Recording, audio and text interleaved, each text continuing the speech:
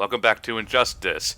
After Joker got his obligatory appearance, because I guess he just sort of deserves one. We're never gonna have a property in which Batman appears ever again, in which the Joker is absent. It's just not going to happen.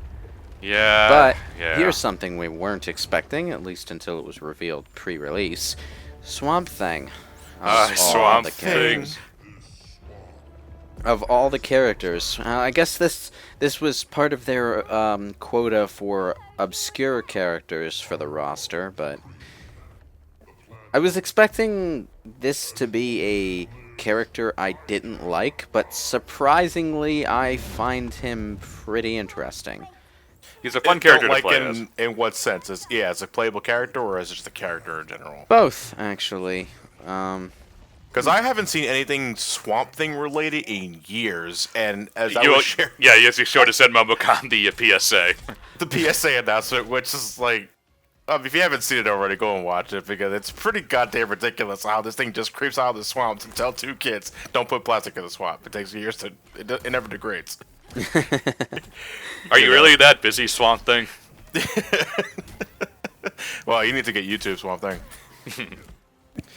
Yeah, but Swamp Thing, to some extent, I would say, is kind of the Solomon Grundy of the game. Oh, absolutely. Play style wise, yeah. Yeah. But, like, I think I know more about Solomon Grundy, but only because Solomon Grundy was in the Super Friends. Solomon Grundy want pants too.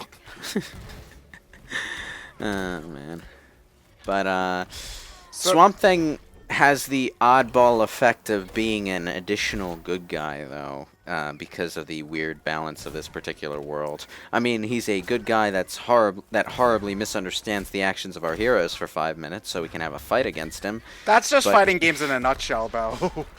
There's not enough rosters for good guys to only be just fighting bad guys, so you have to have misunderstandings that get cleared up after a smack in the face. What I mean is, like, he's a hero character who's not with the regime and isn't plotting with them, and when he does fight, he's mind controlled, or, well, the situation was dumb and the only voice of reason was fucking Harley Quinn, because that's who you want explaining that this is all just a misunderstanding and we're the good guys, right? Harley Quinn.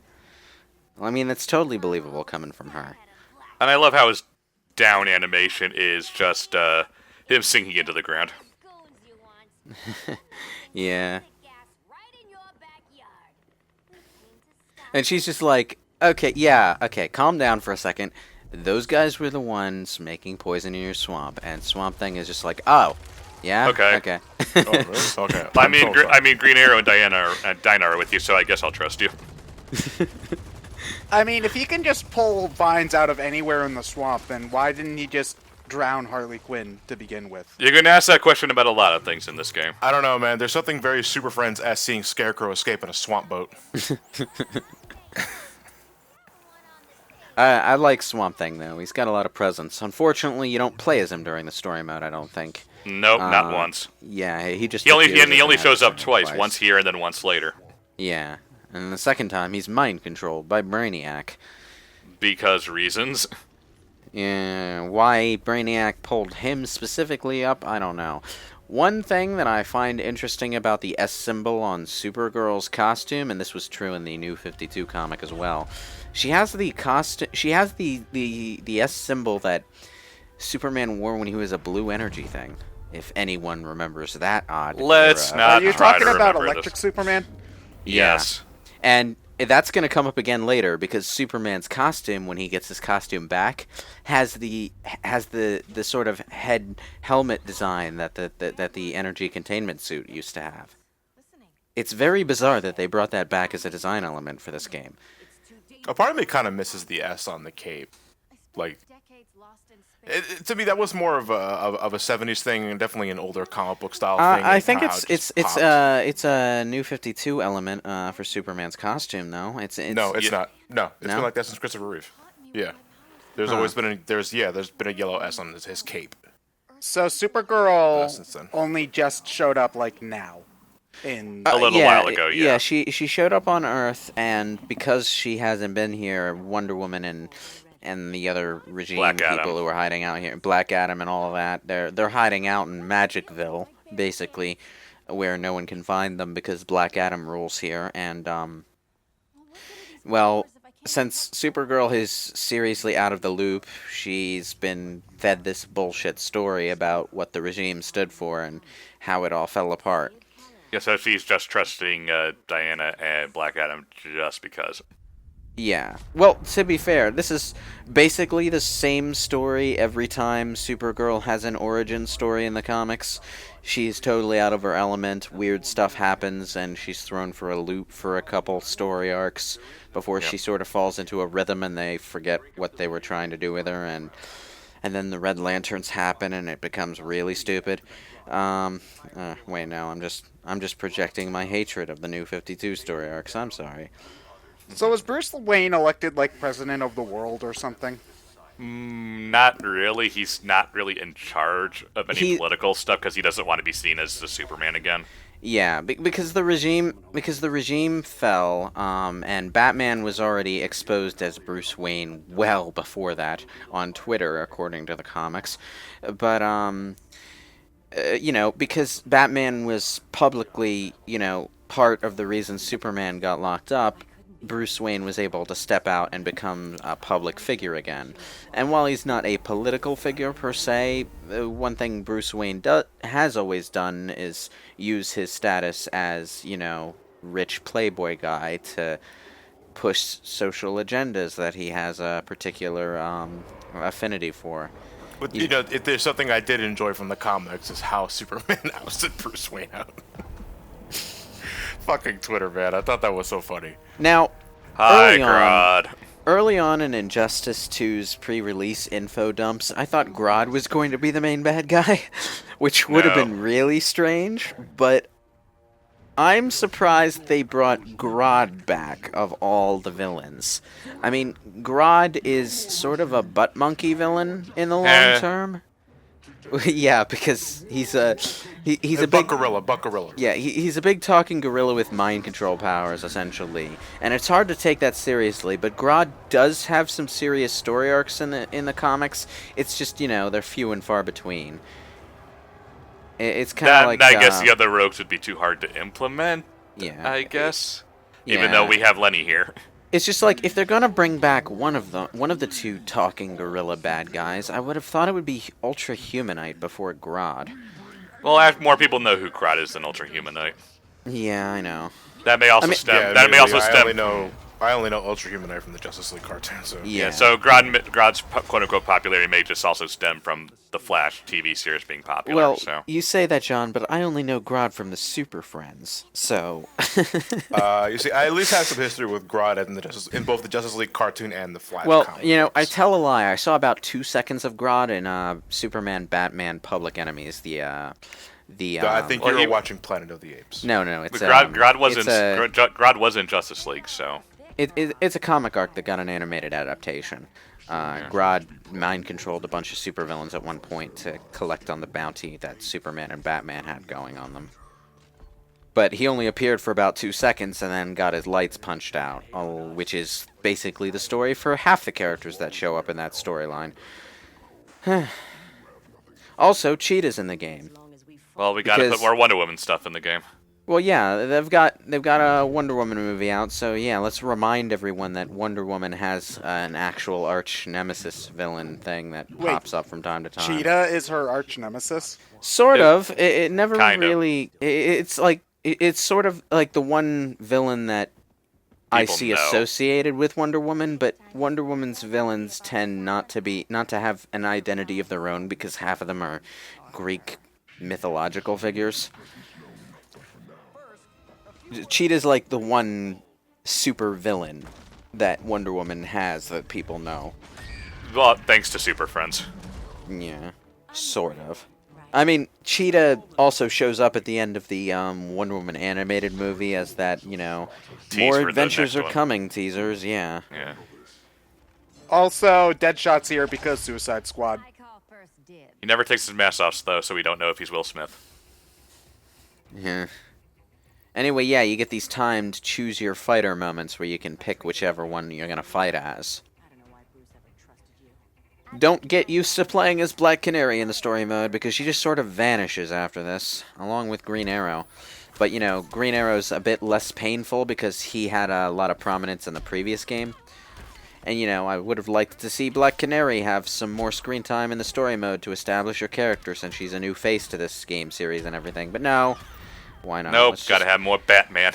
Let's just have her and Green Arrow get kidnapped by Brainiac 2 minutes in, and will not have any character development at all, because the next time you see them, they're mind controlled. No one gets any character development in this game besides Kara.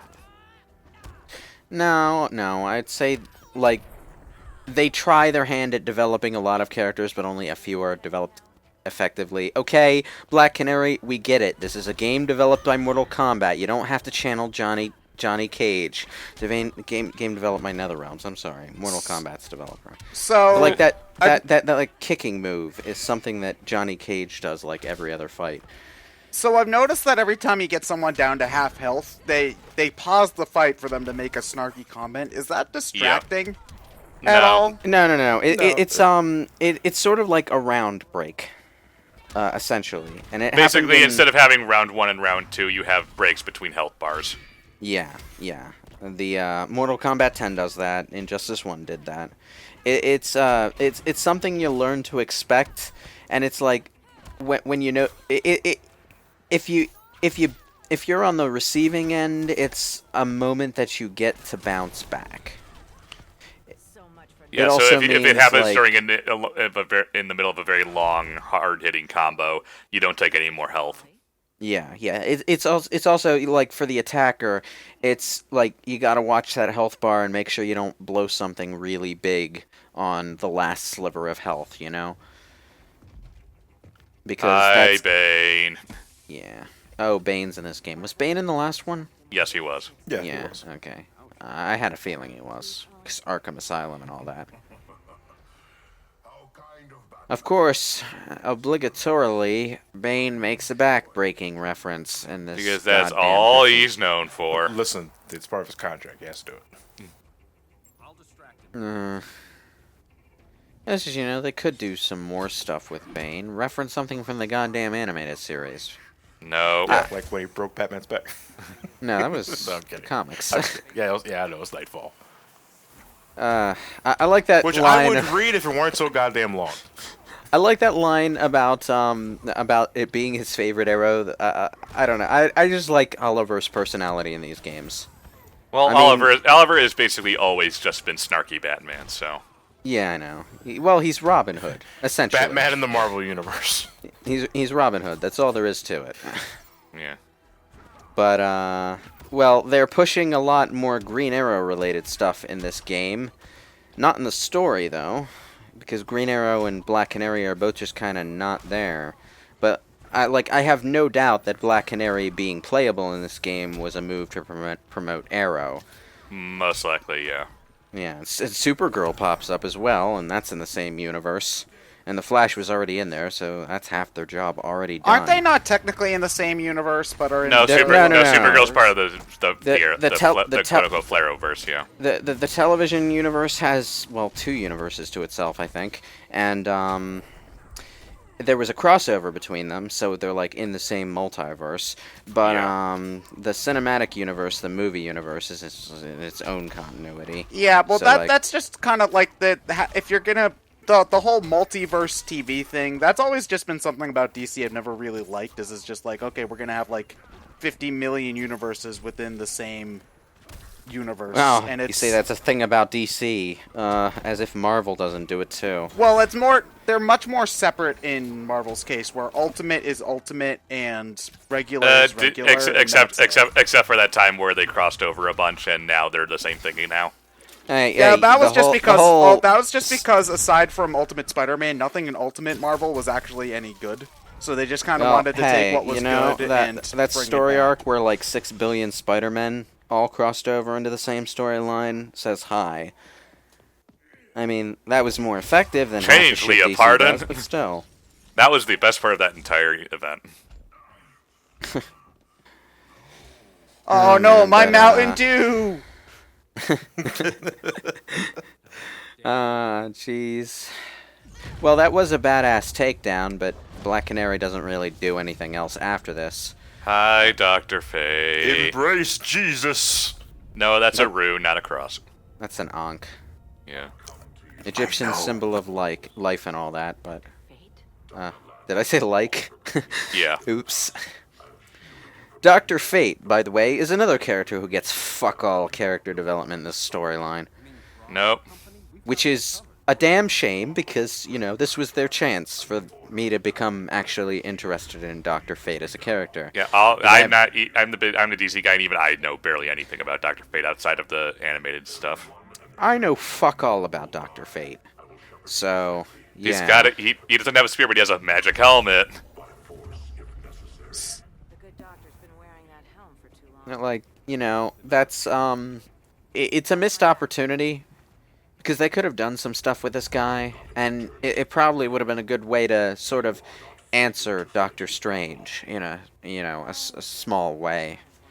Because Doctor Strange, from everything I hear, is really goddamn awesome. Doctor Strange is interesting. He's one of the few characters I know very little about. Well, when I say Doctor Strange, I mean the movie Doctor Strange. Oh, no, the movie Doctor Strange is really good, actually. So, it's one of the better Marvel movies in recent memory, I think. But yeah. So, I mean, like, play with some similar ideas and show how DC has always done them, you know? But instead we get Dr. Fate, the incredibly bland guy who talks about order a lot and has a helmet and apparently... No spear but magic helmet.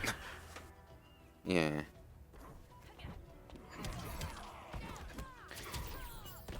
Yeah, and I don't understand how he plays it all. Yeah. Black Canary, on the other hand, is incredibly fun to play.